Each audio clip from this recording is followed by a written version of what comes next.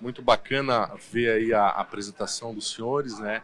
Esse cenário de guerra, né, que é o tema principal do painel, preocupa muito aí. A gente até na abertura, ontem o professor Ricardo Ritter apresentou um cenário que foi muito animador, que espera que o preço dos módulos venha a cair cerca de 30% nos próximos 10 anos. Para nós que temos empresas ou profissionais que atuam no segmento de GD, isso aí é muito bacana, só que nós temos uma variável complexa hoje, que é a guerra da Ucrânia, que realmente traz essa preocupação. Alguns fornecedores com quem a gente tem contato já trouxeram essa questão aí de uma possibilidade de um aumento do custo dos módulos agora, já na virada do semestre, né? E isso aí traz uma insegurança realmente para o setor. No entanto, vendo a apresentação aí das 3 empresas, né, a gente vê que tem uma possibilidade de atender esse mercado, só que assusta um pouco aí essa questão então da Europa, né, que está com essa demanda muito grande lá nessa estratégia aí da energia renovável, e os Estados Unidos com essa demanda represada de 30 gigas, que realmente é algo que toca. A gente tem muito contato com o pessoal da empresa de pesquisa energética aí a nível nacional, onde a expectativa do aumento de 30 gigas no Brasil nos próximos 10 anos, né? Então os Estados Unidos têm uma demanda represada de 30 gigas, então realmente imagina o que tem por vir por ali, né? Mas de qualquer maneira, uma pergunta bem direta assim para cada um de vocês, né? Depois eu vou abrir uma pergunta para a plateia, vou quebrar um pouco o protocolo, falei com o Noel, tá? Vocês, assim, de maneira bem prática, tá? A questão de valores, né, ou dos custos, nessa preocupação de oferta e procura.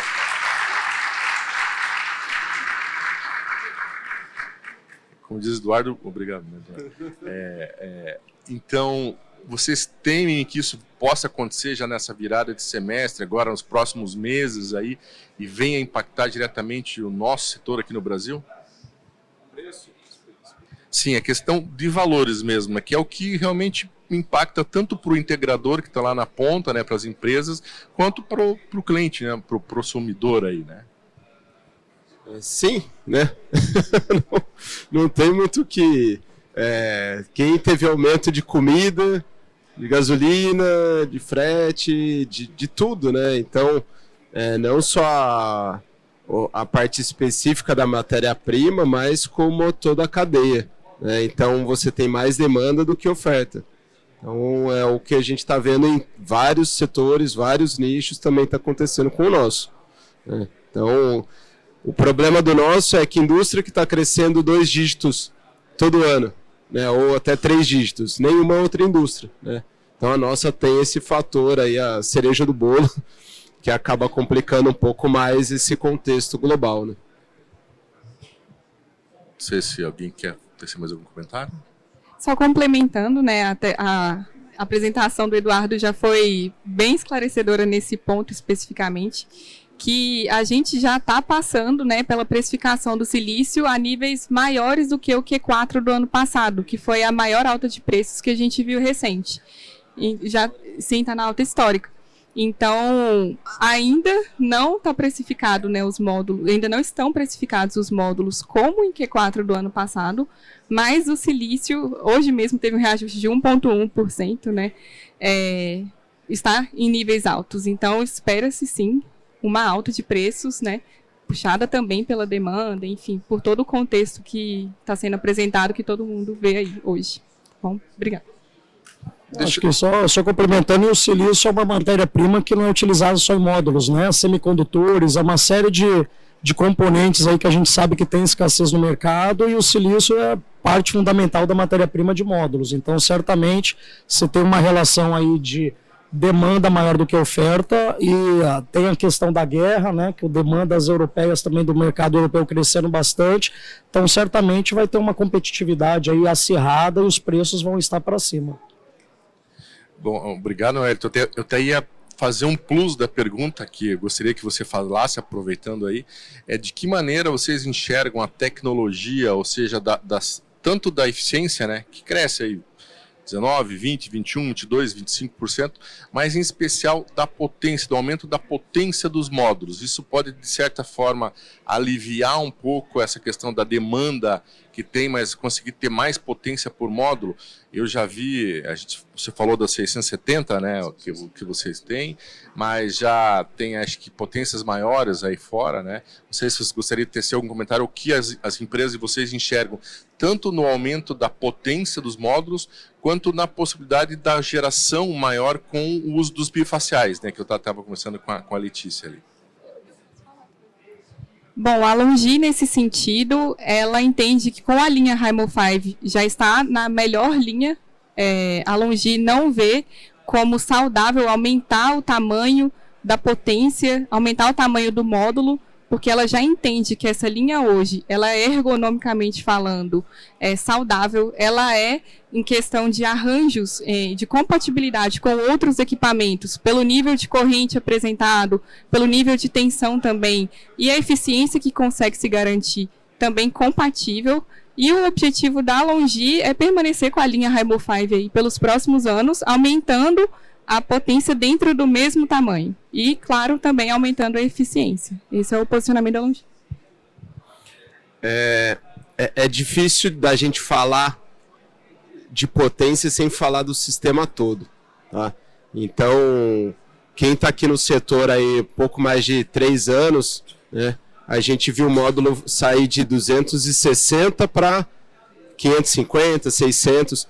Então a Ginco e os principais fabricantes, eles vão buscar aumentar a eficiência do módulo, independente de guerra, de inflação. Então a Ginco, ela tem um histórico de ter batido mais de 20 recordes de eficiência celular que acabam refletindo na eficiência do módulo. Então, mais do que potência, a gente tem que olhar a eficiência, né? A gente já tem distribuidores importando módulos da família Tiger Neo, que é o próximo lançamento da Ginco, que são os módulos N-Type, tá? E aí vai ser o recorde de eficiência dentro do módulo. Então, independente da potência, 670, na feira do ano passado, tem um fabricante que ele fez uma jogadinha para mostrar como se fosse um módulo de 900 watts. Então, assim, independente da potência, a gente está preocupado com a eficiência. Tem módulos que tem uma ótima eficiência, que dentro de um conjunto vão funcionar melhor do que um módulo maior, de maior potência. Tá? Hoje o principal produto que a gente vende no Brasil para distribuição é um módulo de 460 watts e de 550. A gente não comercializa para distribuidores, é um módulo de 600. Aliás, vou jogar a provocação para vocês aqui, né, para fazer um estudo dentro dos inversores, né, quais inversores residenciais são compatíveis com o módulo de 660, né, a ergonomia, o transporte, né, como que ele se posiciona. Então, a gente não está preocupado só com a potência, a gente quer um conjunto. Tá? Aí, fazendo uma propaganda nossa, né, os módulos N-Type, tá? Quem quiser, procurem a gente manda a ficha técnica. Vai ser o melhor produto do mercado e não necessariamente com uma potência tão grande. E acho que só adicionando também, como o Eduardo falou, você tem que ver o sistema como um todo, né? A gente viu até nesses módulos recentes de potências maiores, os fabricantes de inversores não conseguiam acompanhar a evolução tecnológica dos módulos. Então nós tínhamos módulos de potências maiores, mas não tinham inversores adequados para fazer o casamento com esses módulos. Então, as duas tecnologias andam em velocidades diferentes, né? O que é módulo e o que é inversor. Então, também pela Sunova a gente não vê. Hoje, o nosso maior módulo é 670 watts e certamente a gente trabalhando a eficiência da célula, principalmente com essa tecnologia N-Type, que deve trazer aí uma melhoria, um ganho para os módulos convencionais que utilizamos hoje. Ok, obrigado. Acho que vamos abrir para uma pergunta. Alguém tem alguma questão específica que gostaria de perguntar? Alguém da plateia? A gente passa o microfone. Alguém? Bom, então vou evoluir para mais uma... tem lá, ó, lá atrás. Acho que ele... Pode ser aqui? Pode ser. Você replica para a gente depois? Pode passar. Bom, obrigado pela oportunidade de perguntar.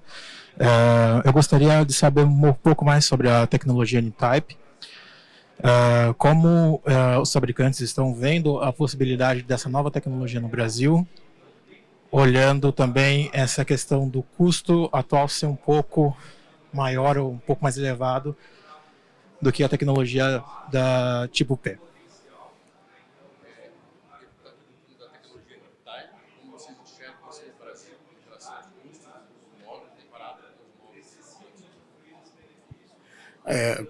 Como eu disse, pelo menos o que a gente vem vendo até agora, é uma tecnologia que ela é ligeiramente mais cara do que a tecnologia P-Type convencional. Eu não sei lá na Ginco ou na Longe se existe um equilíbrio de preços, mas a gente vê que é uma tecnologia que está um pouquinho mais cara, mas como eu disse, com a massificação de produção de célula solar na China, migrando para o modelo N-Type, a gente acredita que esse preço deva baratear aí ao longo dos próximos meses. Como eu disse, a Sunova ela já pretende entrar numa linha de produção em massa disso no ano que vem. Então, acredito ter competitividade de preço também para o mercado brasileiro. Quando a gente fala de tecnologia N-Type, tá, a gente tem que colocar na balança quais são os benefícios que ele vai trazer para dentro do sistema versus o custo. Tá? Então, alguns dos benefícios do módulo N-Type, tá? De cara, a garantia dele sai de 25 anos para 30 anos nos módulos convencionais. A degradação de 2% no primeiro ano, ela cai para 1%, e ao longo dos anos ela cai de 0,5 para 0,4. Tá? Quando a gente olha o módulo convencional da Ginco, Tiger Pro, ele vai com 25 anos ele vai estar gerando em torno de 84,7, se eu não me engano. Tá? Esse módulo Tiger Neo com 30 anos, ele vai estar gerando mais de 87%. Tá? Então, quando a gente olha, não dá para olhar só o preço. Tá?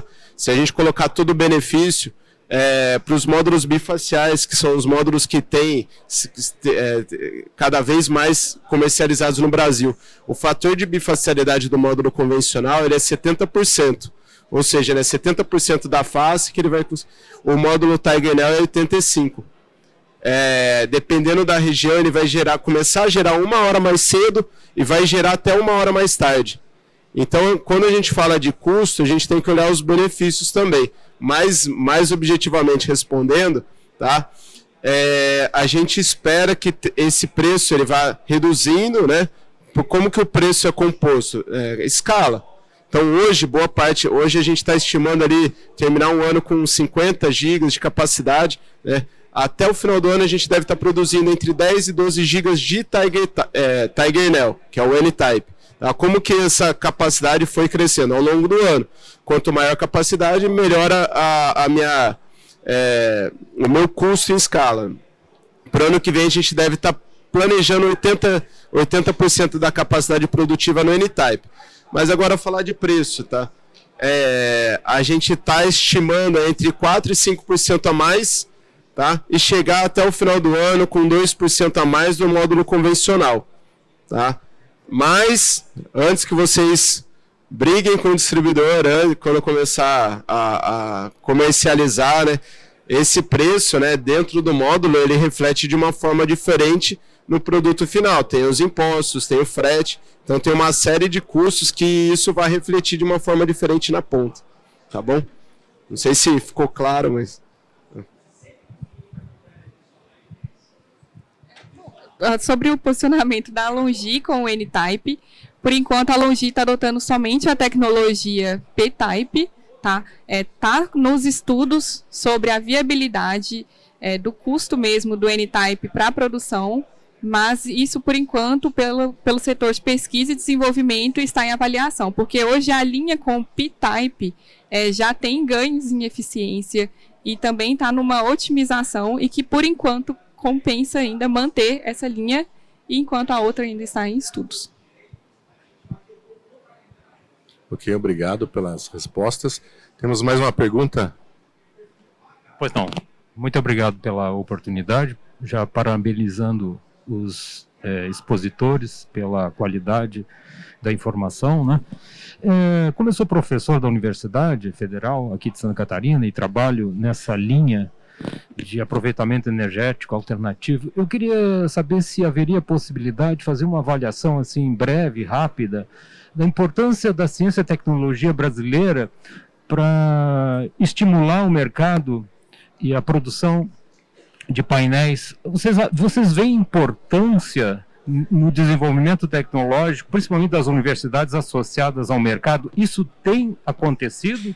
Ou ainda a gente está muito aquém? A gente sempre pensa na China, né? Como essa integração universidade e mercado ocorre lá, e por isso esse boom, esse avanço tecnológico lá, e aqui a gente parece que não há um acompanhamento, uma integração entre empresa e mercado. Será que poderiam fazer uma avaliação se as suas empresas bebem na fonte das universidades, ou isso é um sonho ainda?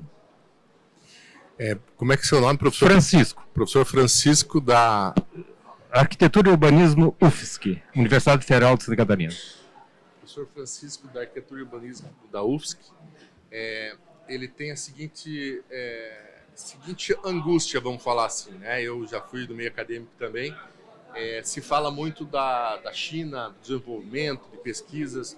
Ele, como professor da universidade, queria saber como que vocês, as empresas de vocês, enxergam a pesquisa relacionada aos módulos fotovoltaicos no Brasil. Existe algum fomento, alguma questão específica aqui no Brasil? Eu, em especial, em 2013, estive fazendo a especialização em Campinas, na Unicamp, e lembro que o laboratório de química estava pesquisando uma célula híbrida, orgânica.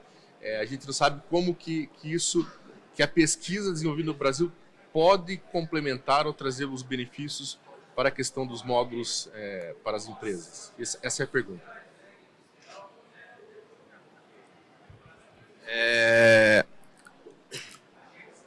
É um pouco desafiador a gente falar sobre isso, porque apesar de trabalhar numa empresa chinesa, eu sou brasileiro, né? Então, a gente gostaria de ver uma indústria nacional forte que pudesse colaborar, e até aproveitando o espaço, me coloco à disposição como fabricante para a gente poder debater, né?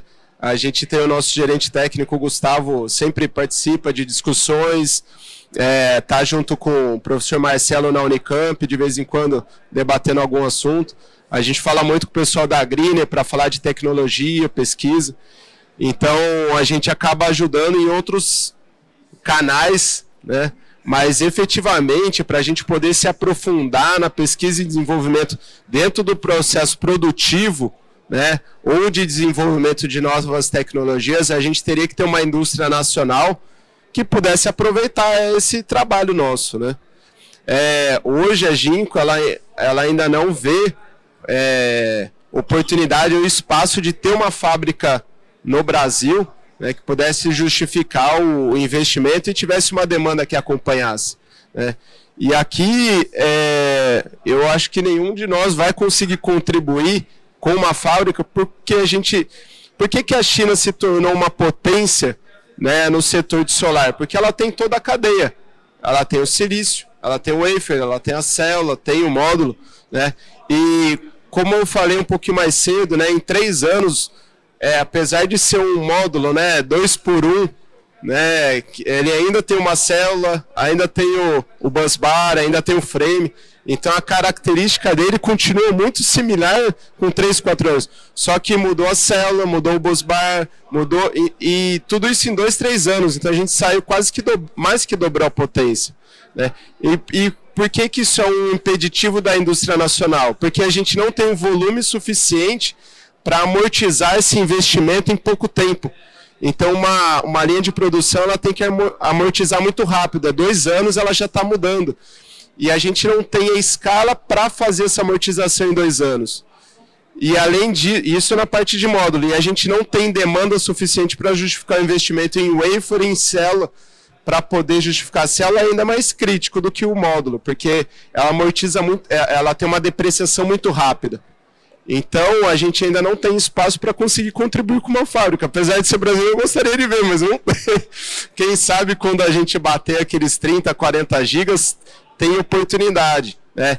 E a gente vê as indústrias, as fábricas nacionais não conseguindo ter competitividade para acompanhar isso. A gente já vê algumas fábricas deixando o Brasil por falta de demanda, não ter capacidade de investir, de crescer, de se atualizar, né? Então, mas como funcionário, eu me coloco à disposição para poder debater, mas infelizmente não tem tanto espaço para desenvolver isso.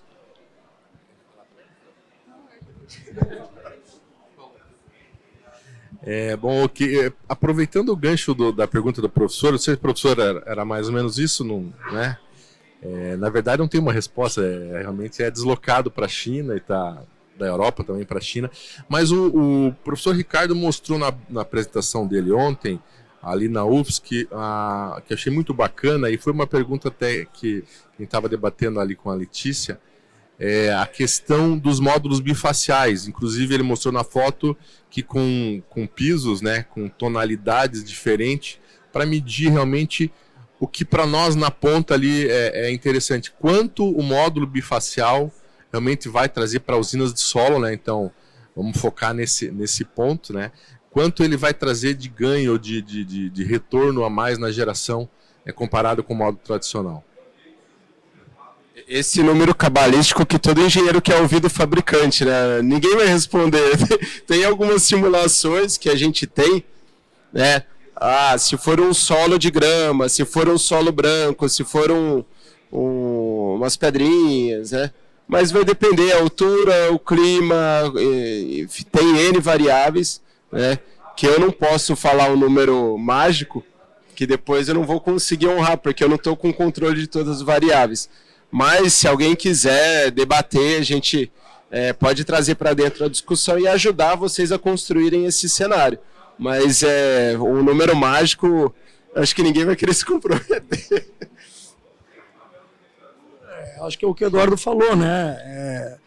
São várias questões que influenciam a bifacialidade do módulo, a região, o uso de tracker ou não, essa questão do piso pintado, e realmente a gente tem ali um parâmetro ali de datasheet ali que talvez chegue a 7% de aumento de ganho, mas assim, é muito condicional ao local de instalação realmente, né? Cada aplicação é um caso. Pessoal, então, Noel, não sei se estamos no horário. Eu tô... Meu time de bastidor aqui, o time técnico, ele deu um cheiro aqui, tá, pra gente, tá? Com um solo branco, né, pode ter um ganho de até 19%. De albedo, 7% de geração. A areia, o albedo de 9%, cimento de 7%, grama de 7% e água de 5%. Quem quiser, o responsável pelo número mágico está aqui embaixo. Não, bacana. Já é uma ideia, né? Eu já li materiais que falam que pode chegar a 25%, né? Então, realmente, talvez nas melhores condições de temperatura, pressão, altura e etc e tal, né?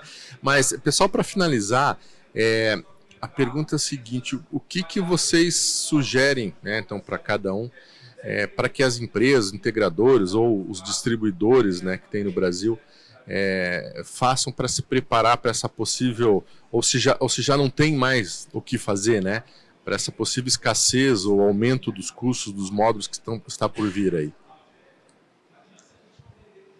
Bom, do meu lado eu falaria para acelerar o passo, né? Porque eu tive até recentemente na Intersolar, na Europa, na Alemanha, e além do mercado europeu ser um mercado que, devido às questões de guerra, você está tendo vários incentivos para o uso de energias renováveis, né? O inverno europeu está chegando, então você tem países como a Itália, alguns outros criando diversos incentivos.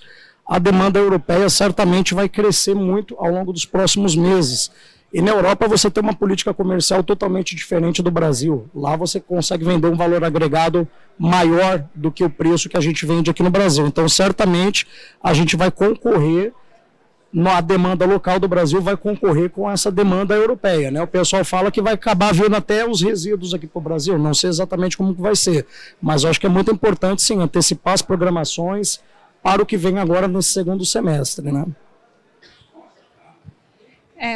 Para os distribuidores, né, que são os que compram diretamente os módulos, o conselho, né, tentar já adiantar as compras enquanto ainda não teve o reajuste dos módulos devido a esse aumento do silício, né, fazer uma programação pelo menos aí de Q3 para fazer uma compra saudável. A gente já está com o aumento do câmbio também, já é um desafio aí para as compras, não só o aumento do silício, o aumento do câmbio, administrar isso, o aumento do frete, né, é um desafio que as distribuidoras vão ter aí. Já para o cliente final, né, esse ano já é um desafio, por causa que o ano que vem já vai entrar em vigor a 14.300 e vai ter a valoração dos créditos, né? Então, esse ano é oportuno para o fotovoltaico, né, para acelerar essa instalação dos projetos. Então, somado a isso, a gente tem 2 fatores aí que incentivam, né, a compra dos módulos para esse ano, a aceleração dos projetos, claro, né, atendendo à necessidade do cliente, verificando se faz sentido nesse momento, mas se faz sentido, tente adiantar aí do ponto de vista dos dois, distribuidor e cliente final. Vamos ver o copo cheio, né? Ontem, acho que foi ontem, a ANEEL revisou a bandeira tarifária, né? É ruim, porque a conta está mais cara, mas para a gente é oportunidade, né? Então,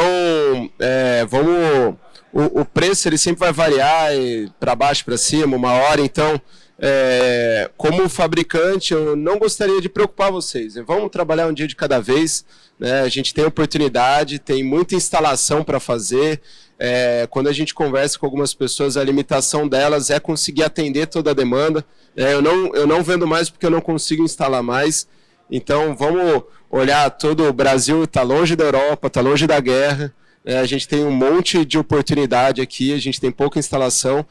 E muita gente tem a memória curta, né? No passado, na Intersolar, muitos estavam reclamando da falta de produto, né? Então, vamos lembrar daquilo lá, o que aconteceu, o que a gente aprendeu, o que a gente sofreu, vamos olhar para frente. E a principal mensagem aqui é escolher os distribuidores, né? Olhem com quem que você vai trabalhar, quem vai realmente honrar as entregas, quem não vai mandar anúncio falando que está com falta de produto, etc., para vocês poderem trabalhar tranquilo. Então, escolham boas empresas, bons parceiros, para vocês poderem ter a tranquilidade de vender, instalar, entregar, né, e poder fazer o trabalho, independente do que está acontecendo lá fora, porque a gente tem que se preocupar em vender, atender bem o cliente e olhar as oportunidades, e não só os problemas. Ok, então, obrigado e uma salva de palmas então, para os colegas. Obrigado, gente.